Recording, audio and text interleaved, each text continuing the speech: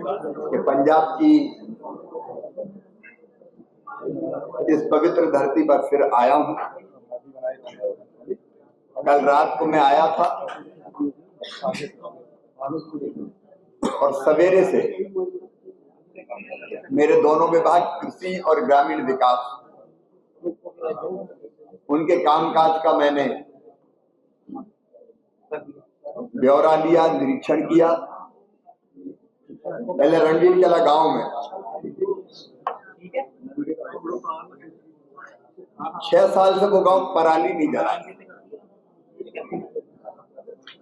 पराली को वो बोझ नहीं मानते, वरदान मानते। और पराली को हैप्पी सीडर वगैरह से खेत में मिला के डायरेक्ट सीडिंग करते हैं। और मैं बहुत ब्रीफली बता रहा हूं क्योंकि मैं एक बार बता चुका हूं तो उसके फायदे कितने हैं। एक तो डायरेक्ट सीडिंग में पानी नहीं देना पड़ता, बिना पानी दिए फलेवा किए सीडिंग हो जाती है।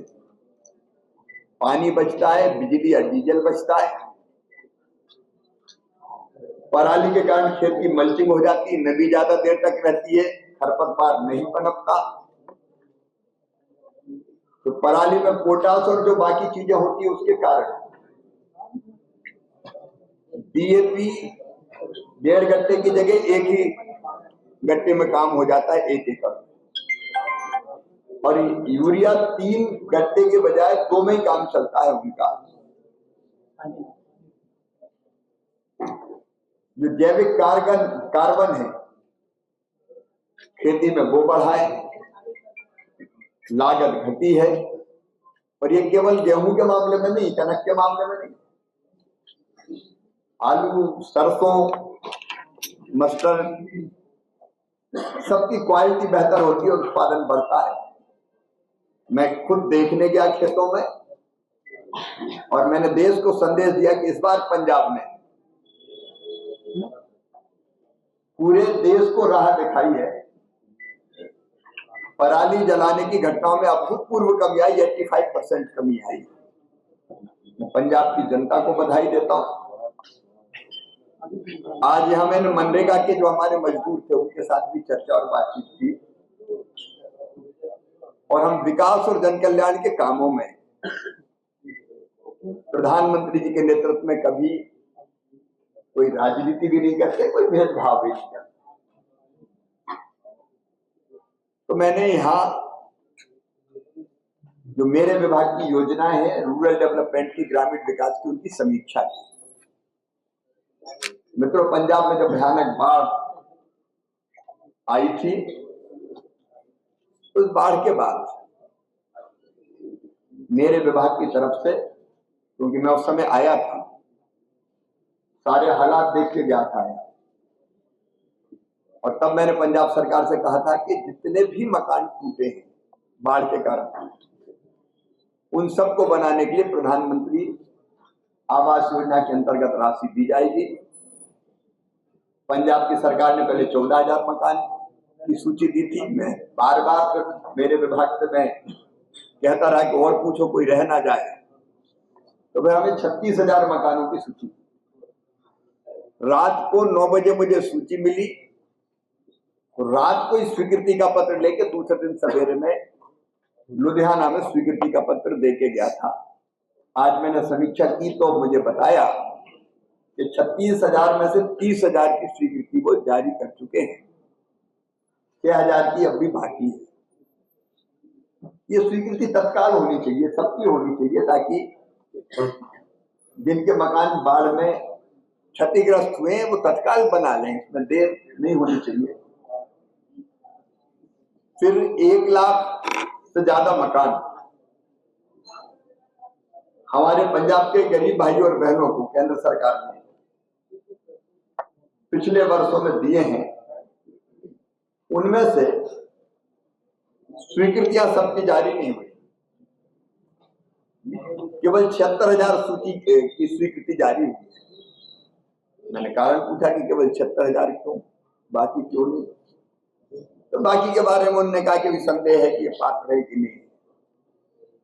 तो हमने आग्रह किया कि ये सूची जारी, स्वीकृति जारी की हो बहुत दिन हो, अगर नहीं है तो, अगर है तो कोई एक भी मकान रहना नहीं चाहिए। भारत सरकार ने बार बार कोई भी पात्र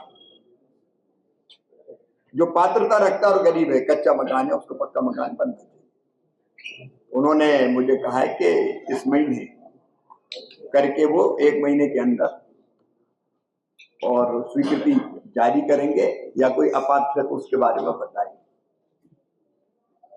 हमने ये भी समीक्षा की कि नए मकान प्रधानमंत्री जी देना चाहते हैं उन सब गरीबों को जिनके कच्चे मकान है पंजाब में।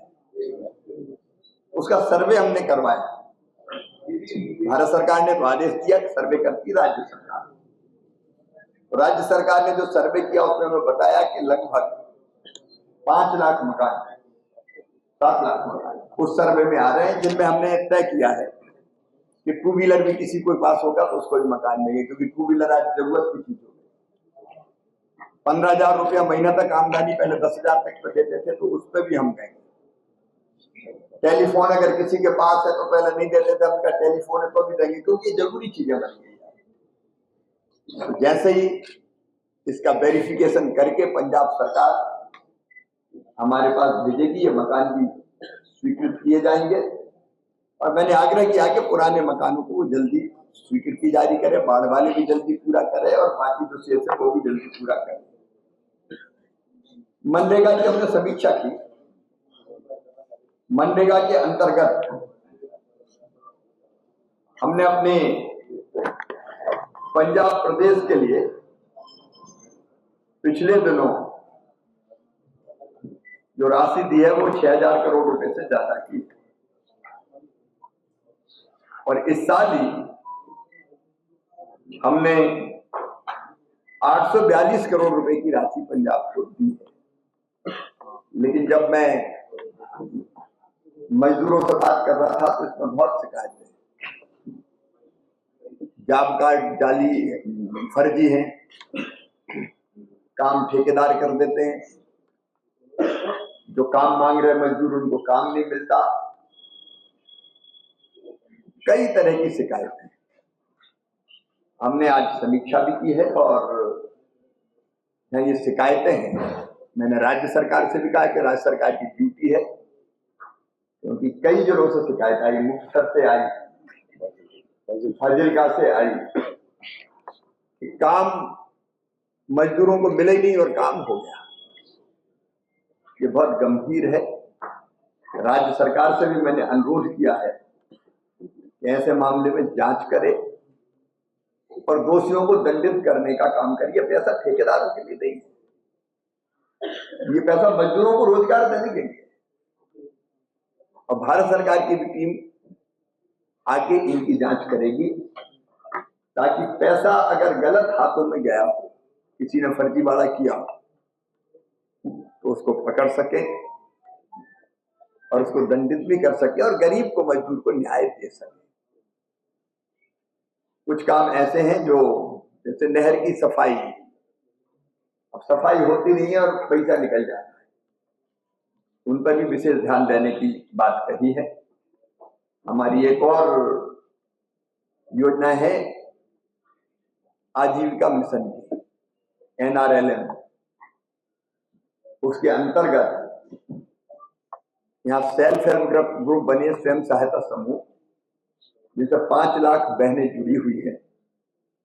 बाढ़ की परिस्थिति के कारण मैंने उनको भी स्पेशल पैकेज दिया था। हमने मकान के लिए भी स्पेशल पैकेज दिया, हमने बहनों को जरूरत के काम पूरा करने के लिए स्पेशल पैकेज दिया, हमने पंजाब के किसानों को कनक के, गेहूं के बीज मुफ्त में वितरित करने के लिए 74 करोड़ रुपया दिया, हमने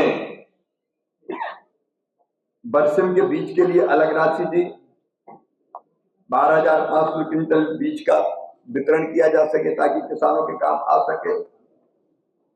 तो कृषि विभाग हो या रूरल डेवलपमेंट हो, दोनों की तरफ से पर्याप्त। और ये कोई ऐसा नहीं तेरा तुझको अर्पण क्या लागे मेरा, ये तो पंजाब की जनता की विनम्र सेवा की, सेवक के नाते। तो 150 दिन वाला बता दीजिए। बहनों को भी हमने सेल्फ हेल्प ग्रुप की उसमें मदद करने की कोशिश की है। आजीविका मिशन का काम ठीक चले, उसमें भारत सरकार लगातार सहयोग कर रही है। और एक बात हमने और कि आमतौर पर 100 दिन का रोजगार मनरेगा में देते हैं। पंजाब को विशेष रूप से, क्योंकि यहाँ बाढ़ के कारण फसलें खराब हो गई थी, आशंका थी कि मजदूरों को उतने दिन मजदूरी नहीं मिल पाएगी खेती में, तो हमने 100 से बढ़ा के 150 दिन का रोजगार देने के आदेश जारी किए हैं, जो अभी राज्य सरकार ने स्वीकार किया कि उनको मिल गए, ताकि यह जरूरत पड़े तो ज्यादा रोजगार दिया जा सके। प्रधानमंत्री जी के नेतृत्व में केंद्र सरकार पूरी तरह से कटिबद्ध है, बीजेपी की सरकार, के हम अपने पंजाब के विकास में कोई कसर ना छोड़ें, पंजाब की जनता की सेवा में कोई कसर ना छोड़ें। तो उसी काम के लिए बार बार आते हैं और आज आके मैं फिर प्रसन्न हूँ। अभी एक कार्यक्रम बाकी है आलू केंद्र का, उसके बाद आपने मनरेगा का ये इशू रेज किया, आपको लगता है इसमें घोटाला हुआ है?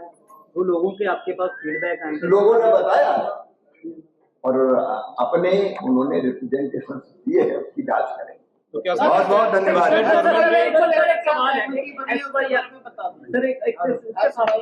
SYL के ऊपर आज कह रहे हैं कि सेंटर पीछे हट गया है, पंजाब और हरियाणा को बोल दिया कि अपना मसला बैठ के इसे क्लियर किया जाए। आपका टेक क्या है? मेरे विभाग की बात मैंने बता दी, बाकी सर सेंटर के लेवल का मामला है।